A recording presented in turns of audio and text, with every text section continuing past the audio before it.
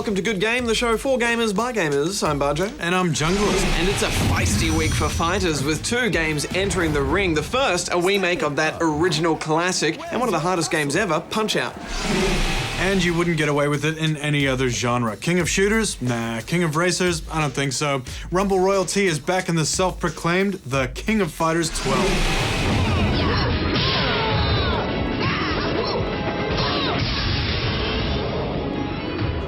Plus, the new sub-genre spawned from Defense of the Ancients, which is giving strategists their competitive fix.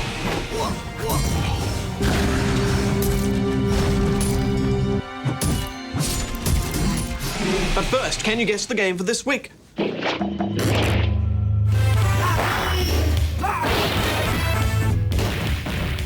Answer at the end of the show. News time, Bet. The news! Good game! In-game advertising has been causing problems in the past week for players of futuristic PlayStation 3 racing game Wipeout HD. The in-game advertisements, which appeared in between levels as the game was loading, were found to be causing longer delays between races, with some ads as much as doubling the game's load times. This week, Sony relented to player pressure and removed the offending advertisements from the game and is working on making in-game ads less intrusive to gameplay in the future. Crytek, one of the world's premier action game developers, are threatening to leave their homeland if a controversial new law is passed banning the production and distribution of violent video games in Germany. CEO of Crytek, Servat Yerli, has said the Frankfurt-based company would have no choice but to relocate their business operations overseas if the law is passed by the German Parliament in September.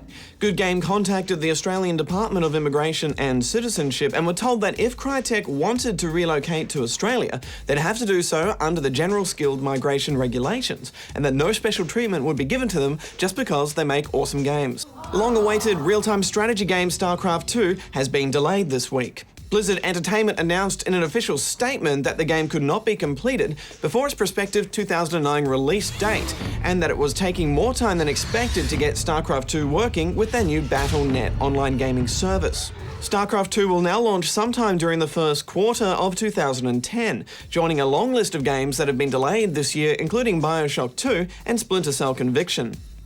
Hell, it's about time. Only a few short weeks after legal proceedings first began, Activision and Double Fine Productions have come to a settlement regarding the publishing rights of rock and roll action game Brutal Legend. The settlement comes just 1 week after the judge presiding the case warned Activision's legal team that he was leaning towards Double Fine's argument before delaying the verdict on his case.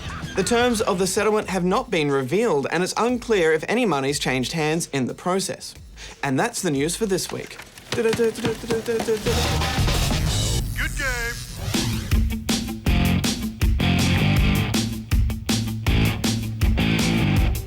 A familiar classic reborn, Punch-Out! Is now on the Wii. Little Mac is back, and heaps of other old characters and badge. What better game to illustrate the story of a lightweight console with lots of heart taking on the big boys and winning?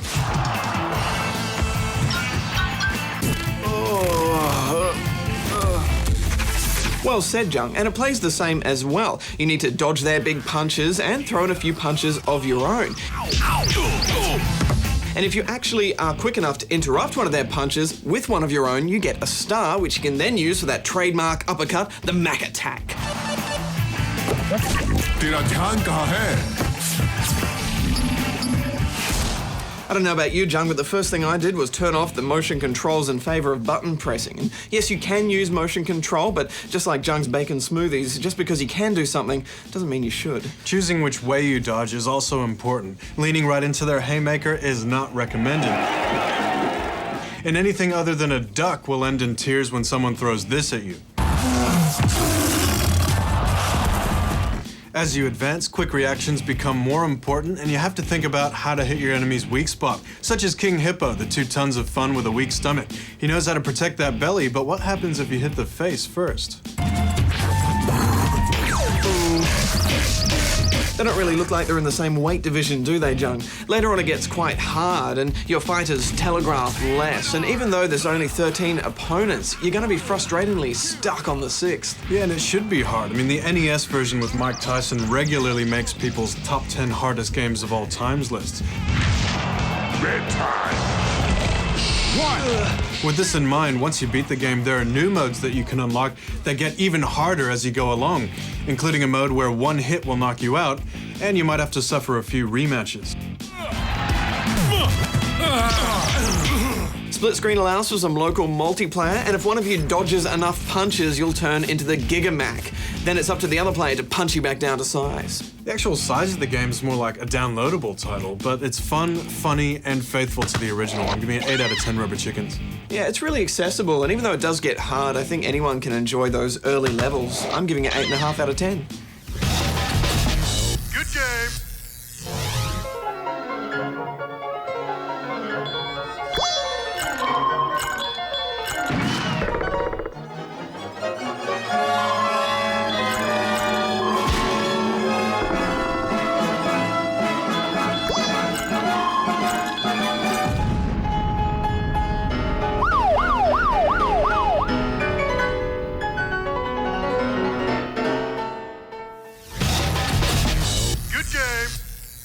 Take two totally different game franchises, smush them together, and what have you got?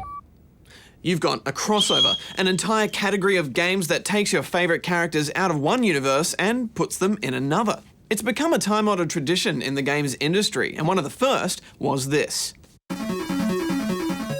Alex Kidd in Shinobi World came out in 1990 for the Sega Master System, and it transported the cutesy star of the platforming classic, Alex Kidd in Miracle World, into the seedy ninja-filled land of the arcade game Shinobi. As Alex, you had to do battle with an army of countless feudal assassins, and although it had a little bit of both games in it, it wasn't quite as fun as either of them. We think it needed more ninja. So Kids and Ninjas didn't mix that well, but this next team of crossover stars must have made an even stranger pair when they first arrived in 1993. Battletoads and Double Dragon brought together Zitz, Pimple and Rash, the three amphibian heroes from the Battletoads series, and teamed them up with Billy and Jimmy, the brawling brothers from the arcade classic Double Dragon. As either Toad or Man, you had to biff, sock and kapow your way through several levels of cartoon violence, with some familiar baddies from both series making guest appearances. The unlikely pairing didn't stop Battletoads and Double Dragon from being fantastic button-mashing fun, although the difficulty level was always set super high, making this crossover one for hardcore button mashers only. These days, both the Battletoads and Double Dragon characters are a distant memory, but the next two characters have lost none of their fame, and in fact, their legendary status has only grown with age. Of course, it's Mario and Sonic. Ever since they first established their rivalry in the early 90s, gamers have been wishing for a way to put Nintendo's Plumber and Sega's spiny blue mammal head-to-head to see who would emerge victorious, and Mario and Sonic at the Olympic Games did just that. Coming out in 2007 to coincide with the Beijing Olympic Games, this crossover clash saw you running, swimming, and trampolining your way to a gold medal and mascot superiority.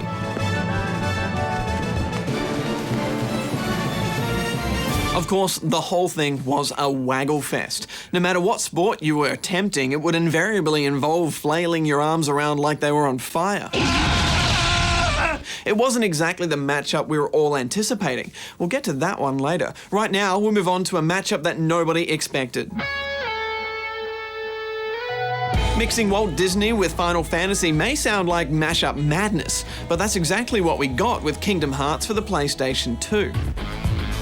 Arriving in 2002, this game cast you in the role of Sora, a young boy with the power to wield a giant magical key like a sword. And with a skill like that, you know that adventure isn't far behind. Along the way, you're joined by such Disney legends as Goofy and Donald Duck, and together they have to rescue Mickey Mouse from an evil wizard. Kingdom Hearts was an unexpected success, proving that colliding cultures can work. Of course, all these mascot mashups we've covered so far have all been rare exceptions because, as everyone knows, crossover games almost always take place in the arena of combat. There are way too many to mention individually, so we'll just stick with the best. And when it comes to the best, it doesn't get much better than gaming royalty, the King of Fighters. Starting way back in 1994, this series smushed together the best characters from SNK's stable of arcade games, including Fatal Fury, Art of Fighting, and Ikari Warriors. In fact, after seeing how well the crossover formula worked, SNK's longtime rivals Capcom made their own version, this time mixing their original characters with comic book heroes to kick off the Versus series. X-Men vs. Street Fighter was the first of these. It dropped into the arcades in 1996 and pit the likes of Wolverine, Cyclops and Magneto against Ryu, Ken and M. Bison. Later entries in the series, like Marvel vs. Capcom, would introduce even more characters from both camps, like Spider-Man and the Incredible Hulk, and contained even more outrageous super moves. Then, after years of crossing over with other companies, SNK and Capcom decided to cross over with each other in the Capcom vs. SNK series. Even Midway, the creators of Mortal Kombat, eventually got in on the crossover bandwagon with this. Mortal Kombat vs. DC Universe was one of the most over-the-top franchise free-for-alls yet, featuring all the fatalities of the MK series, along with the iconic characters of the DC Comics back catalogue, which satisfied our urges to pit Batman against Sub-Zero in a fight to the death.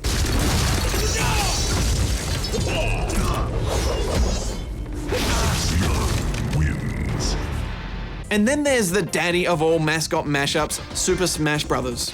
Taking the best characters from Nintendo history and locking them in combat, the Smash Bros. Series has always been a Nintendo fan's dream come true. Featuring way too many classic characters to mention, this series has some of the most hectic multiplayer combat of any fighting game.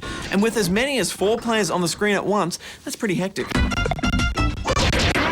The latest Smash Bros. Brawl for the Wii even crossed over with a few non-Nintendo characters, with a secret appearance from Metal Gear Solid's lead character Solid Snake, and of course the chance to finally see who would win in a real battle between Mario and Sonic the Hedgehog.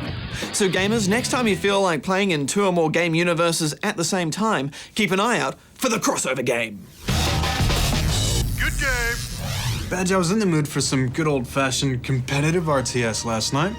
Couldn't think of what to play. Well, what did you do? Well, I was looking for something new, and I found 4 games that in some way sprung from Dota.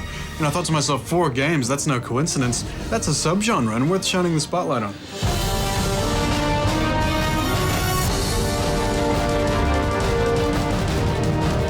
If you aren't familiar with the tower-pushing formula, it all started with Dota, which stands for Defense of the Ancients, and it was made in the Warcraft 3 map editor. It's now accepted in most large-scale competitions right alongside its parent, Warcraft 3. And yes, before you go jumping on the forums, what we're showing you right now is Heroes of Newerth, very similar to Dota, but it looks a lot better, but we'll get to that later.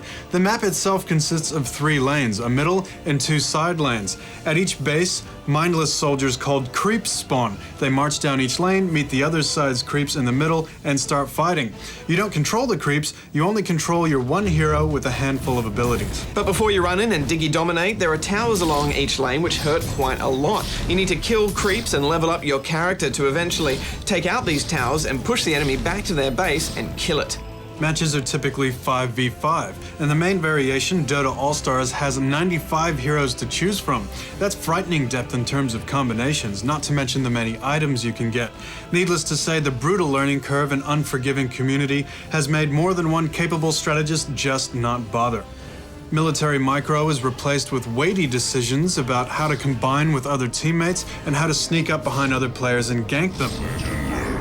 But whether you find it easy or hard, you need to be prepared for some long matches. One of the downsides to these games is the farther you push to one side, the slower progress is.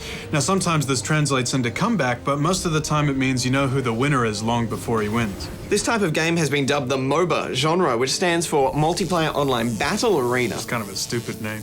Yeah, but it is what it is, you know, and it could be said that it's a natural blend of RTS and RPG, and I think it could also be said that real-time strategy hardcores aren't really getting what they want out of AAA titles at the moment, so until StarCraft 2 comes out, this is really where it's at. Well, let's take a look at some of these new games, John. About time. Now what you're seeing right now is Heroes of Newerth, made by S2 Games, the team behind Savage Battle for Newerth. S2 realized how limited Dota was on the Warcraft 3 engine, and they're giving it a facelift. It's still in beta, and according to their non-disclosure agreement, Dota creator IceFrog essentially gave permission to make the exact same game and sell it. I'm talking about heroes, maps, items, abilities. Just take Dota and change the names.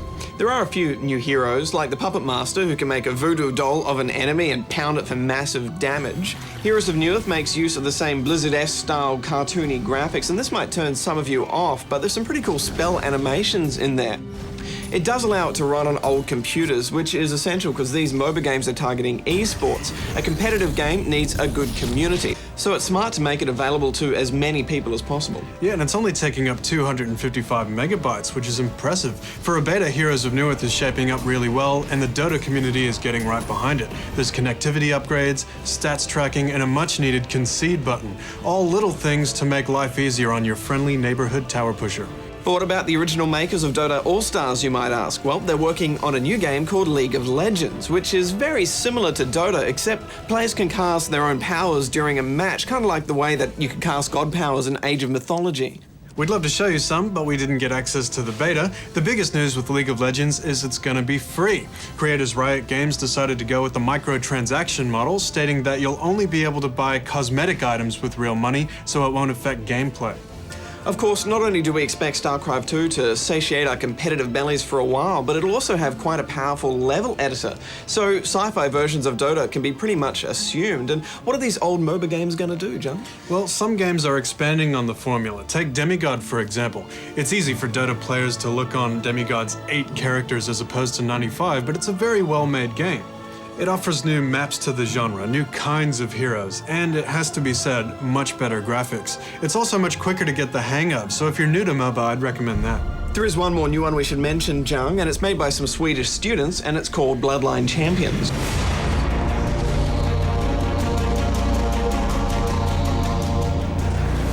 Yeah, it's still in alpha stages, but Bloodline is another MOBA game targeting competitive players. Its art style is influenced by several indigenous cultures throughout the globe. It also gets rid of die rolls, so no crits, and movement is done with the WASD keys. This frees up the mouse for aiming, which you'll need to do for every single ability. Getting rid of the random elements places an emphasis on skill. Very necessary for an esport, very ambitious for 16 students, very exciting for gamers like us. Well, there you have it. Pretty much everything we've mentioned is worth keeping an eye on. I personally don't have 4 eyes, Jung, but maybe we can work out some sort of timeshare. And all this from one mod. If you think about the most popular mods in the world, Counter-Strike is still an easy first, but Dota is a comfortable second. Good game. Here at Good Game, we like to think we know a fair bit about games, and over the years it's come to our attention that apparently you lot seem to think that too. So with that in mind, we're kicking off a new segment called Ask Good Game, where you can write into us with a question and we'll do what we can to answer it for you. To kick things off, Todd from Foster asks, I had a huge urge for old games lately, like SimCity, the original. I have a PS3 and a Wii. Can you suggest a game that I should be looking for? well, Todd, although the city building genre is still alive and well today, it's mostly a PC-only affair, so we can't suggest much in the way for your PS3 or Wii. But on the PC that you type that email on, you have games such as Caesar 4, Glory of the Roman Empire, and Children of the Nile, all offering some quality ancient perspectives on the genre. But really, if you like SimCity, then it's hard to beat the master at its own game, with the fantastic SimCity 4 offering some of the deepest city-building shenanigans you can get your hands on. Of course, if you just want a quick retro SimCity fix, you can play it free on your browser on the official SimCity site. Next up is one from Skater from Cronulla. We've been playing a lot of COD 4 on our PS3 recently. However, we've seen heaps of people flying around the levels and sniping us from the sky. What's going on? That's what we in the business refer to as lolzong noob hacksaws, or just hacks. Yeah, unfortunately the PS3 version of COD 4 has recently suffered from some serious hacks or noobs who have found a way to ruin the game for everyone by flying around the place and getting cheap kills. Thankfully, both Infinity Ward and Sony are aware of the problem, with Infinity Ward saying they are investigating the glitches. No doubt they're working on a patch which will put an end to such unforgivable noobery. For now though, if you're suffering from this, we suggest you just report any player you see using these hacks to Sony. Try to stay calm though, being abusive will only land yourself in trouble. Yes, indeed. Moving on, we received this from Kirsty in Canberra. My 2-year-old has worked out that Mummy's controllers actually do stuff. However, Gears of War and Halo are not really what I want her to be playing just yet. What do you recommend? Well, it seems to us you want something that's going to keep her happy and not drive you insane at the same time. Kingdom for Keflings on XBLA is a simple resource managing game, but you can create her own avatar, which she can make run around the screen picking up stuff. You can't die or fall off anything, and it even snows. You might want to turn the music off though, as it gets old quickly. Another bright, colourful world to run around in is Viva Pinata. Get set for Viva Pinata. You manage a garden, setting up the ideal conditions for pinatas to come and take up residence. This game is actually really quite complex, and Kirsty, you might find yourself leaving Gears and Halo alone to pull on the gardening gloves even after your daughter's gone to bed.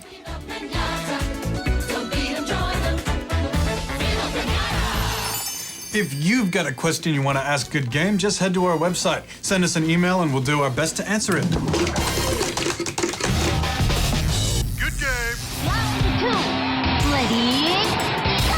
And now to the second bout of the evening. The King of Fighters is back, and it's full of shiny. In 15 years, this is number 12. That's a lot. SNK are bringing it out on PS3, 360, and in the arcades. We reviewed it on the PS3.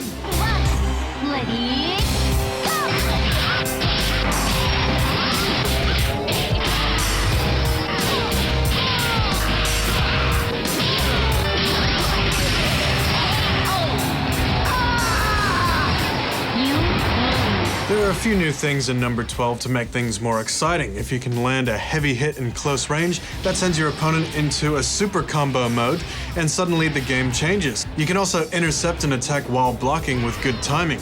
Core players will enjoy these situations as they can change the flow of a match in an instant, and the first person to react can basically land as big a combo as they know. But unless you're already in that super combo mode, an intricately planned 6-hit combo just still won't do as much damage as chaining together 2 heavy hits. Yeah, I was able to race through the entire single-player mode in under 5 minutes just using the same jump, kick, sweep combo. Of course, you never get away with that in multiplayer, but it does kind of defeat the purpose of a time trial. That means it's going to take you more time to actually go and pick up the game than it will to beat it. If you're not going to play it with friends or online, go with something else. There's not much else that's appealing about King of Fighters 12, especially for the Western market. All the characters look the same, most of them fight the same, and I'm not dissing the fighting system, which is actually pretty good, but how many emo, anime, flare-wearing Japanese people do you need? But the King of Fighters 12 has one huge advantage, the controls. There's light punch, light kick, heavy kick, but there's no medium, which means no need for that third button, so you don't need to use the triggers. This means you're fine to switch to the overhand grip and you're not wishing for an arcade stick the entire time you're playing, like a certain other game that rhymes with Schmiedschmeider 4. Other than a practice mode that allows you to beat on the computer though, there's nothing here to teach you how to play the game. And with such stiff competition at the moment with Schmiedschmeider 4? Yeah, you'd think they'd be trying to teach as many people their system as possible. This is something other fighters do very well, like Virtual Fighter or Dead or Alive. They teach you how to play the game. I was able to find more info about the controls on the SNK website and other fan sites. The good news is, if you decide to get good at the King of Fighters 12, you're not wasting your time. It's a good fighting system, and I place a lot of importance on not feeling like you need an arcade stick to play the game properly. I'm giving it 8 out of 10 rubber chickens. I felt like I wasn't in the King of Fighters club. There's nothing interesting enough to pull me into this game, and when you are in, the complexity demands dedication, but they don't teach you. Why you'd limit yourself to an already existing audience? I don't know, but they did. I'm giving it 6 out of 10 rubber chickens.